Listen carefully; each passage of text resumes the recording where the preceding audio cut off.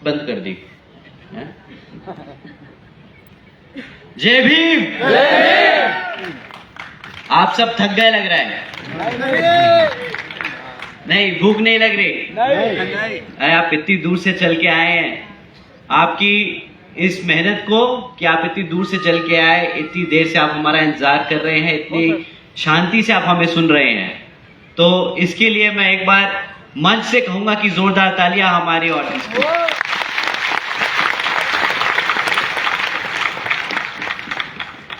यहाँ पे आज इतनी बड़ी संख्या में हमारी माताएं बहनें जो इतनी दूर से आई, आप सभी का मैं तहे दिल से धन्यवाद और शुक्रिया अदा करता हूं।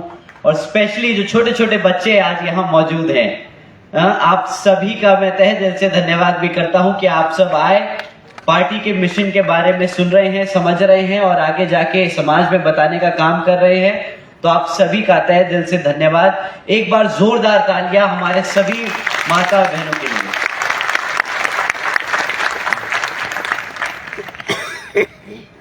आज पहली बार मीटिंग में, कार्यकर्ता सम्मेलन में मैंने इतने छोटे छोटे बच्चे मीटिंग में आते हुए देखे।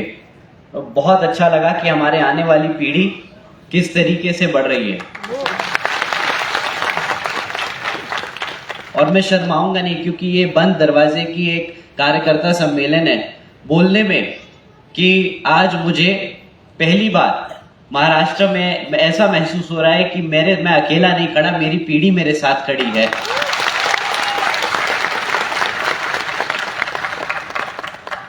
साथ ही आज यहाँ इतनी बड़ी संख्या में हमारे युवा साथी और बुजुर्ग सभी इतनी बड़ी संख्या में यहाँ मौजूद हैं, इतनी देर से इतनी पेशेंटली हमें सबको सुन रहे हैं। तो एक बार जोरदार तालियां हमारे सभी युवा और बुजुर्ग साथियों के लिए।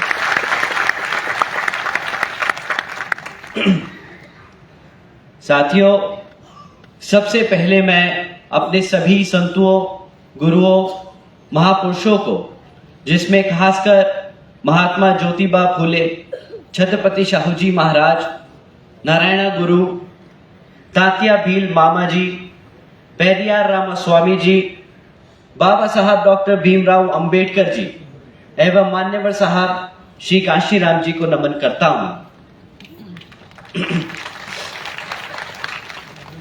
मान्यवर साहब श्री कांशीराम जी की एकमात्र उत्तराधिकारी हमारी आदरणीय बहन कुमारी मायावती जी को भी नमन करता हूं।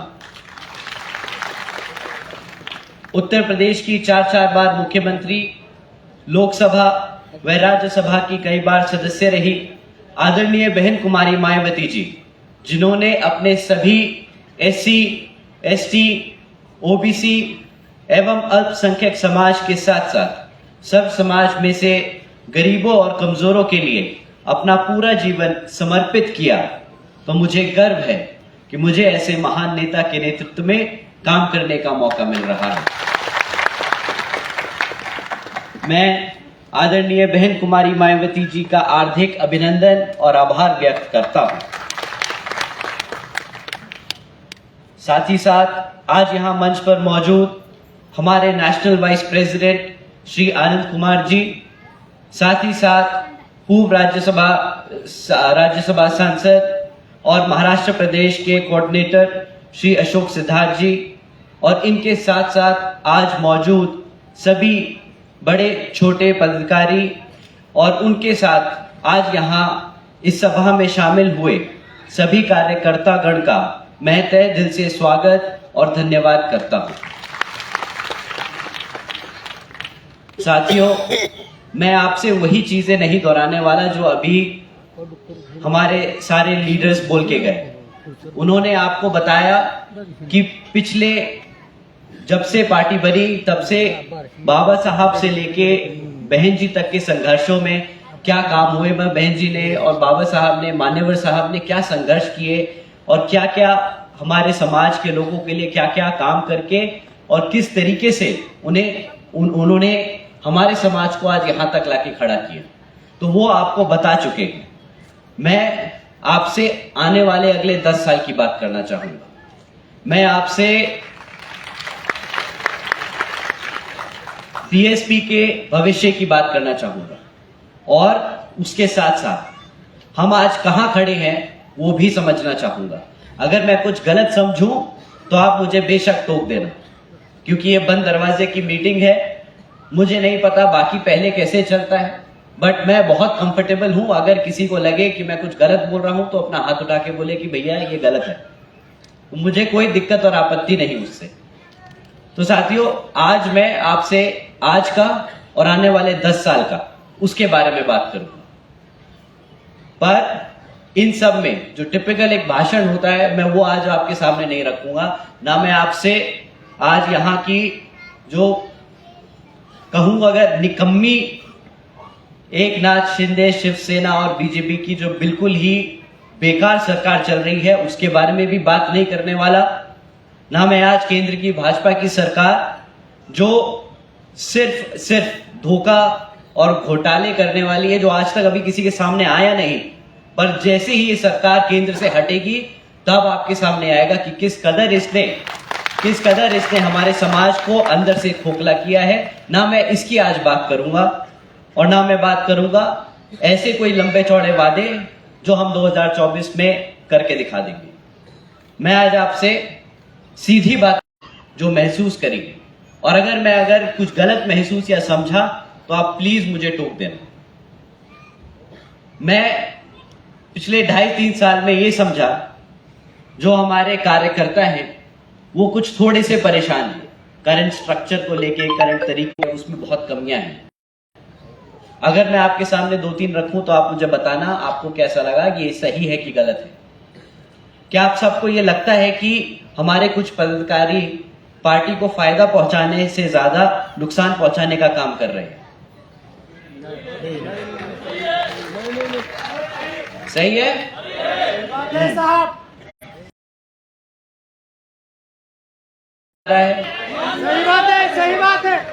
सही बात है।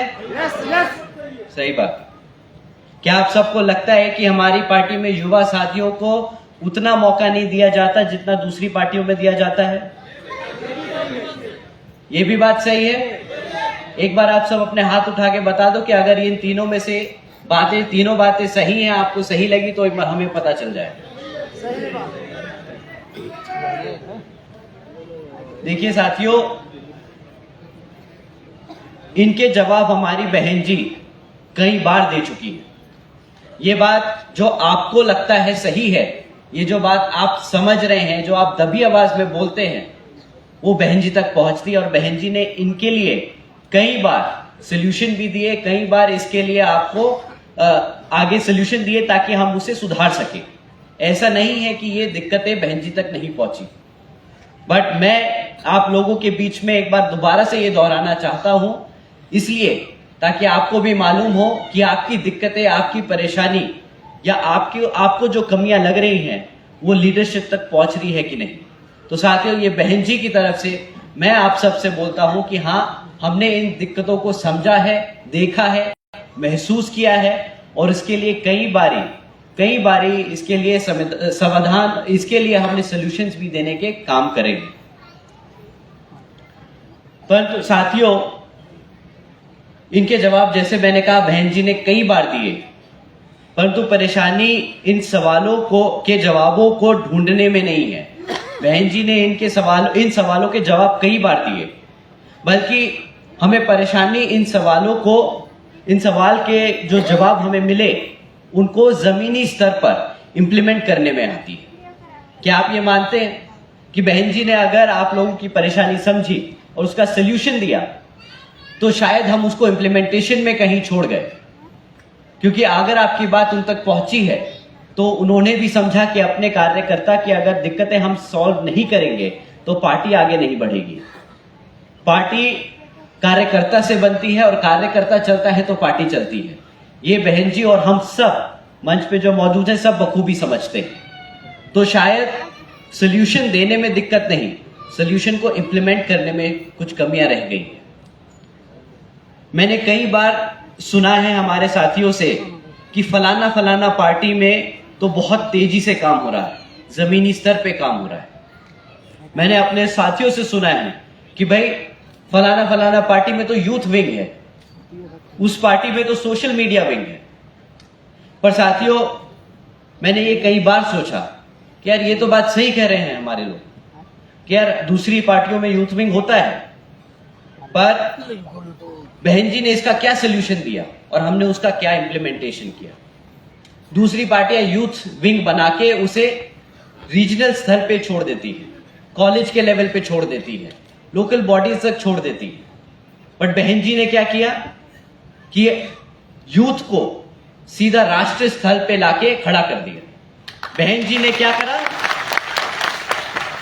सब यूथ को ऊपर से लेके नीचे तक पार्टी के हर पदाधिकारी के हर लेवल पे 50% यूथ को रिजर्वेशन दिया।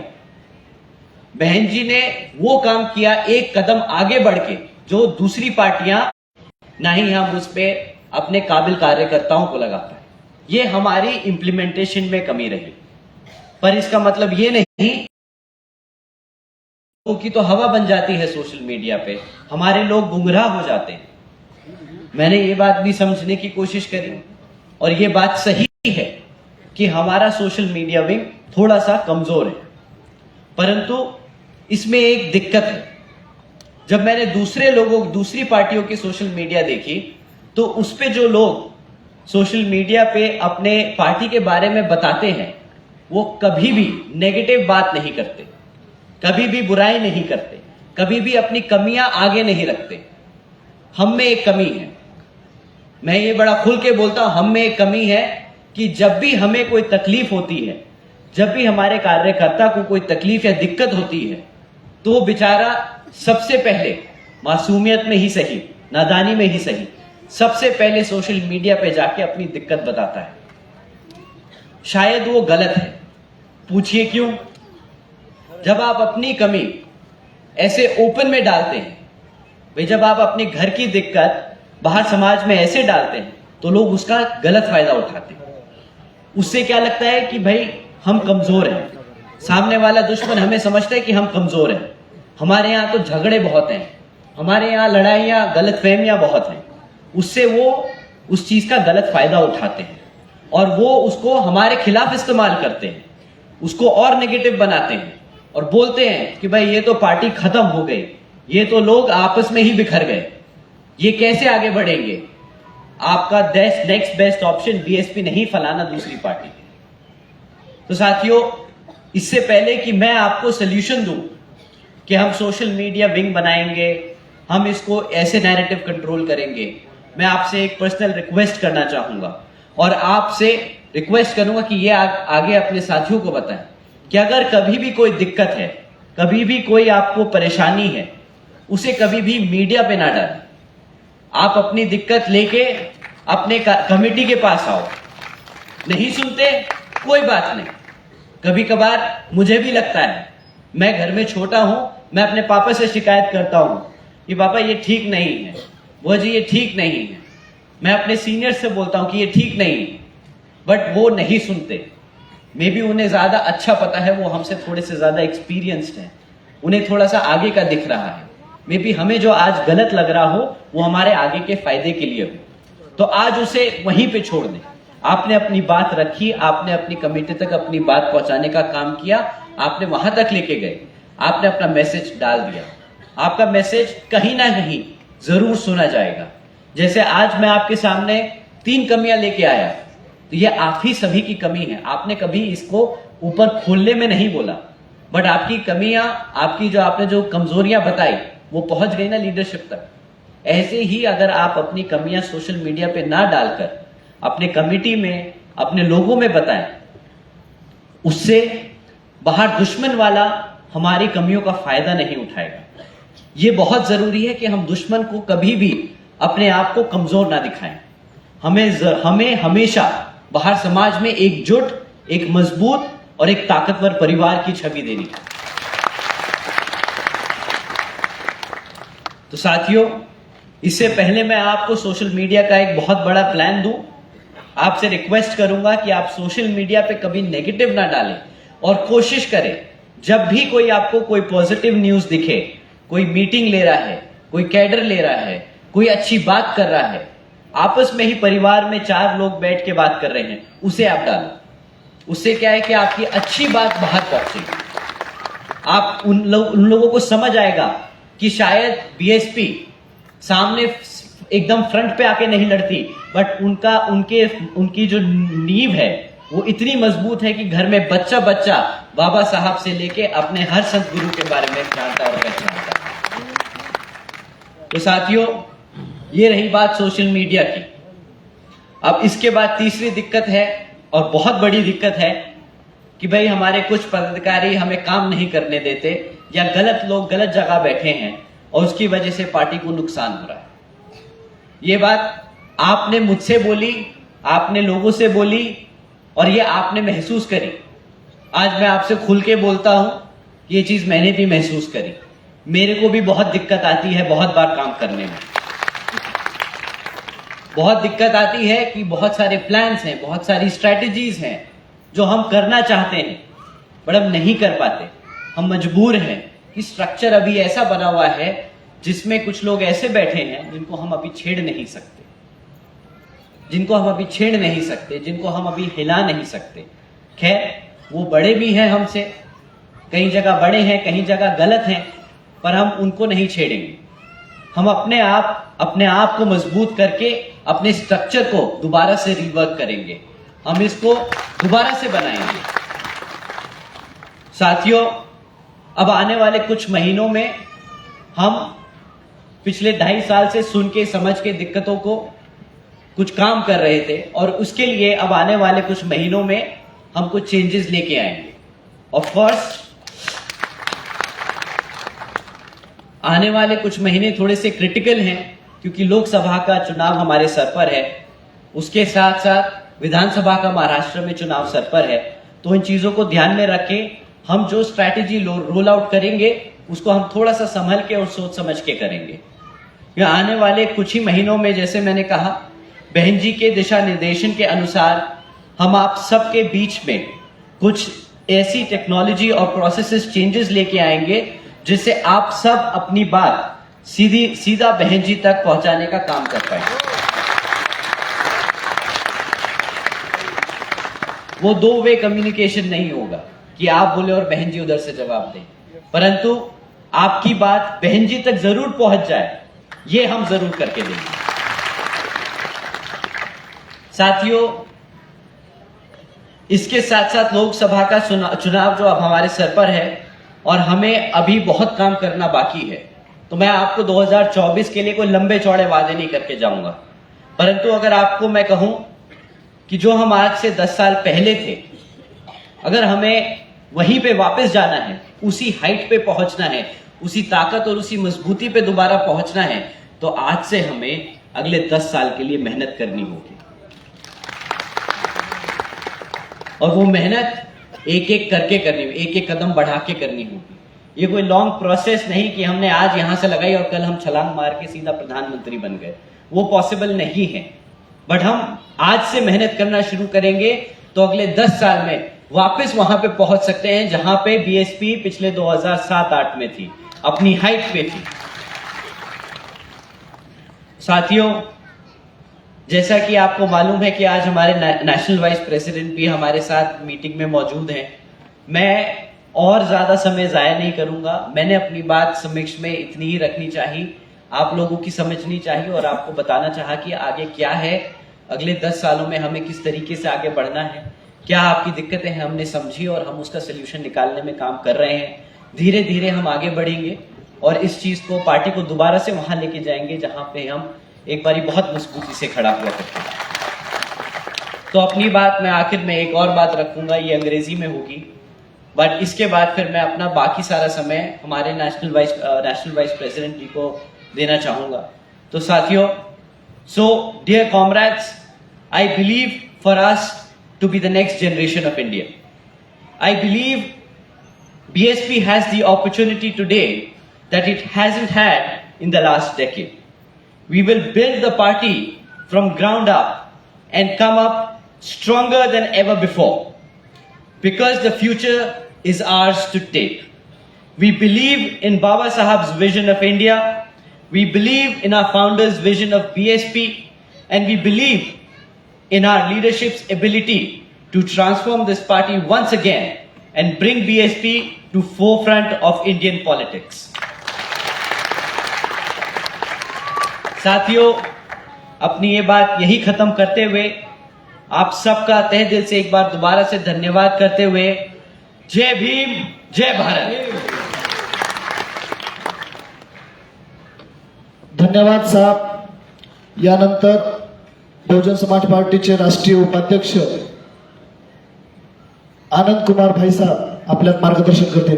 बहुजन समाज पार्टीचा बहुजन समाज पार्टीचा आनंद कुमार साहब संघर्ष करो. आनंद कुमार साहब संघर्ष करो. आनंद कुमार आप संघर्ष करो. बहुजन समाज पार्टीचा बहन जब संघर्ष करो. बहन जब संघर्ष करो. जिंदाबाद जिंदाबाद जिंदाबाद. Hello hello hello. जय भीम साथियों, जय भीम. आवाज नहीं आ रही, क्या बात है? सुस्त हो गए, थक गए? अभी आपको नेशनल कोऑर्डिनेटर ने अच्छी बातें बताई, उसके बाद तो आपके अंदर और जाना जानी चाहिए.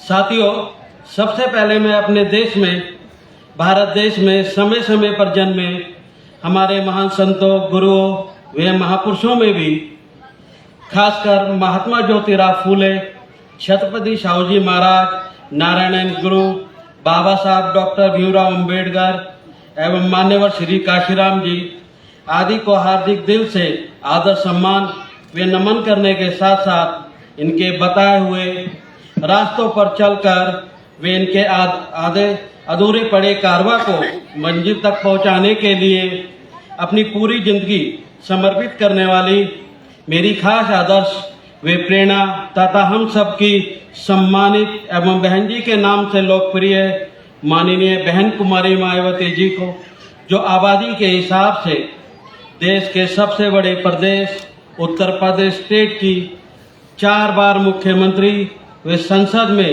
कई बार लोकसभा एवं राज्यसभा की भी सांसद रह चुकी हैं और बीएसपी की राष्ट्रीय अध्यक्ष भी हैं.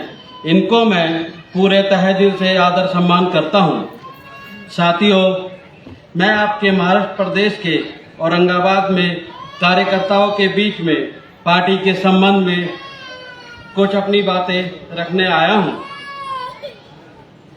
वैसे आप लोगों को यह मालूम है कि बीएसपी पूरे देश में विशेषकर यहाँ जातिवादी व्यवस्था के शिकार करोड़ों अपने दलितों, आदिवासियों, पिछड़े वर्गों एवं अन्य उपेक्षित वर्गों की तथा सर्व समाज में से गरीबों के हितों के लिए भी बनी एकमात्र अपनी सर्वजन हिताय व सर्वजन सुखाय की पार्टी है, जिसे पार्टी के लोग यूपी की तरह देश के अन्य राज्यों में अभी तक कामयाब नहीं बना पाए हैं, जिसमें आपका महाराष्ट्र स्टेट भी शामिल. बहुजन समाज पार्टीचा